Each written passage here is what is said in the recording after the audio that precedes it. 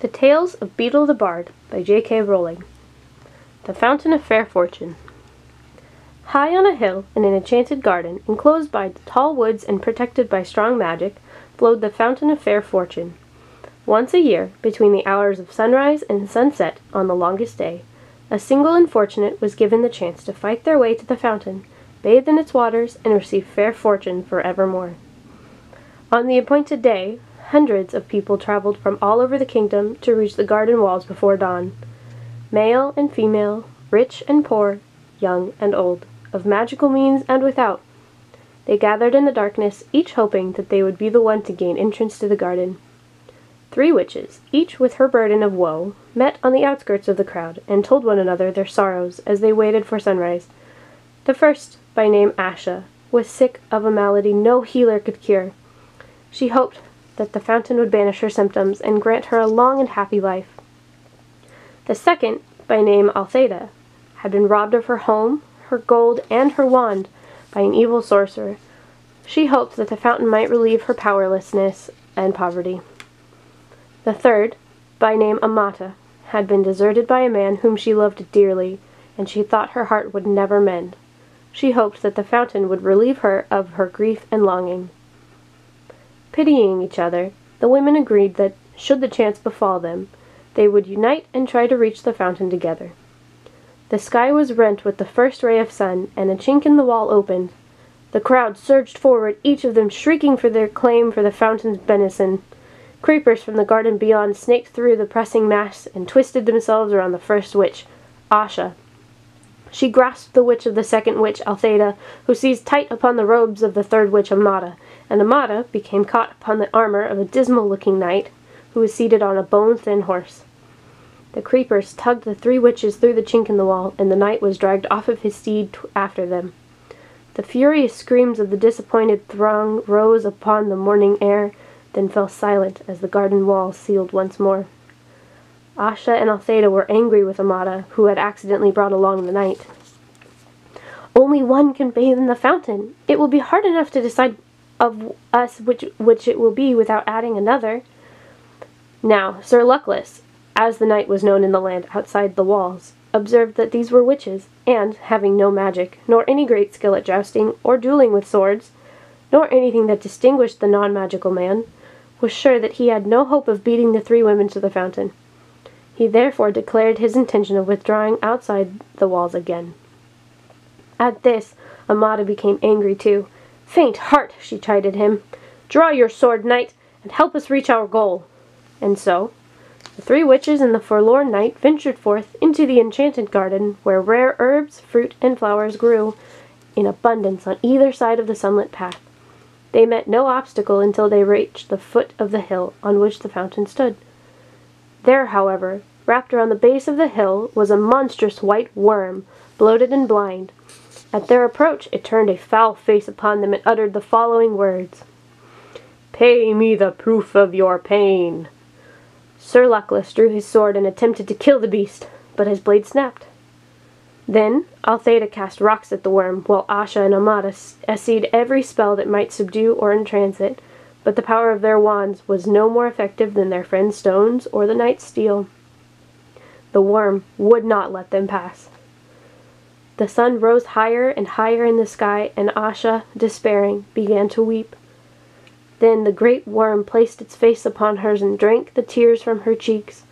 Its thirst assuaged, the worm slithered aside and vanished into a hole in the ground. Rejoicing at the worm's disappearance, the 3 witches and the knight began to climb the hill, sure that they would reach the fountain before noon. Halfway up the steep slope, however, they came across words cut into the ground before them. "Pay me the fruit of your labors."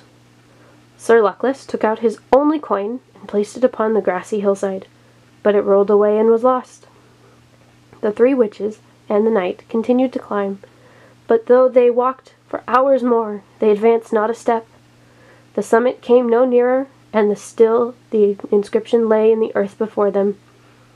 All were discouraged as the sun rose over their heads and began to sink toward the far horizon, but Altheda walked faster and harder than any of them, and exhorted the others to follow her example, though she moved no further up that enchanted hill. "Courage, friends, and do not yield!" she cried, wiping the sweat from her brow. As the drops fell glittering into the earth, the inscription blocking their path vanished, and they found that they were able to move upward once again. Delighted by the removal of this second obstacle, they hurried toward the summit as fast as they could until at last they glimpsed the fountain, glittering like crystal in a bower of flowers and trees. Before they could reach it, however, they came to a stream that ran around the hilltop, barring their way. In the depths of the clear water lay a smooth stone bearing the words, "Pay me the treasure of your past." Sir Luckless attempted to float across the stream on his shield, but it sank. The three witches pulled him for the water, then tried to leap the brook themselves, but it would not let them cross. And all the while the sun was sinking lower in the sky.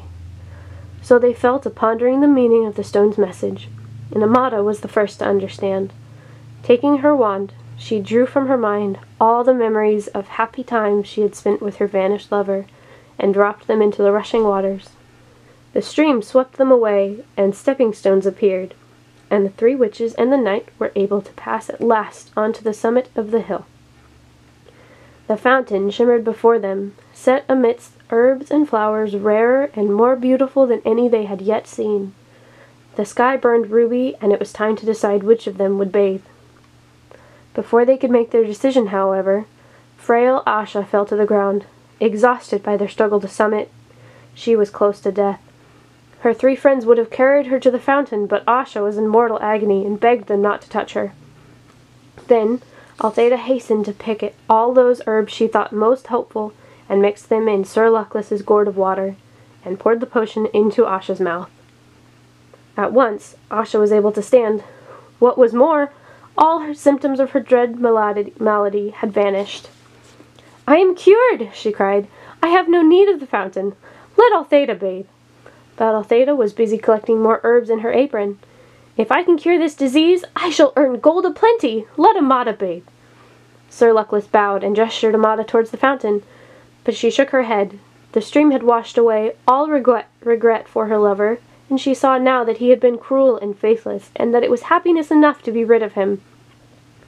"Good sir, you must bathe, as a reward for all your chivalry," she told Sir Luckless. So the knight clanked forth in the last rays of the setting sun, and bathed in the fountain of fair fortune, astonished that he was the chosen one of hundreds, and giddy with his incredible luck. As the sun fell below the horizon, Sir Luckless emerged from the waters with the glory of his triumph upon him, and flung himself in his rusted armor at the feet of Amata, who was the kindest and most beautiful woman he had ever beheld. Flushed with success, he begged for her hand and her heart, and Amata, no less delighted, realized that she had found a man worthy of them. The three witches and the knight set off down the hill together, arm in arm, and all four led long and happy lives, and none of them ever knew or suspected the fountain's waters carried no enchantment at all.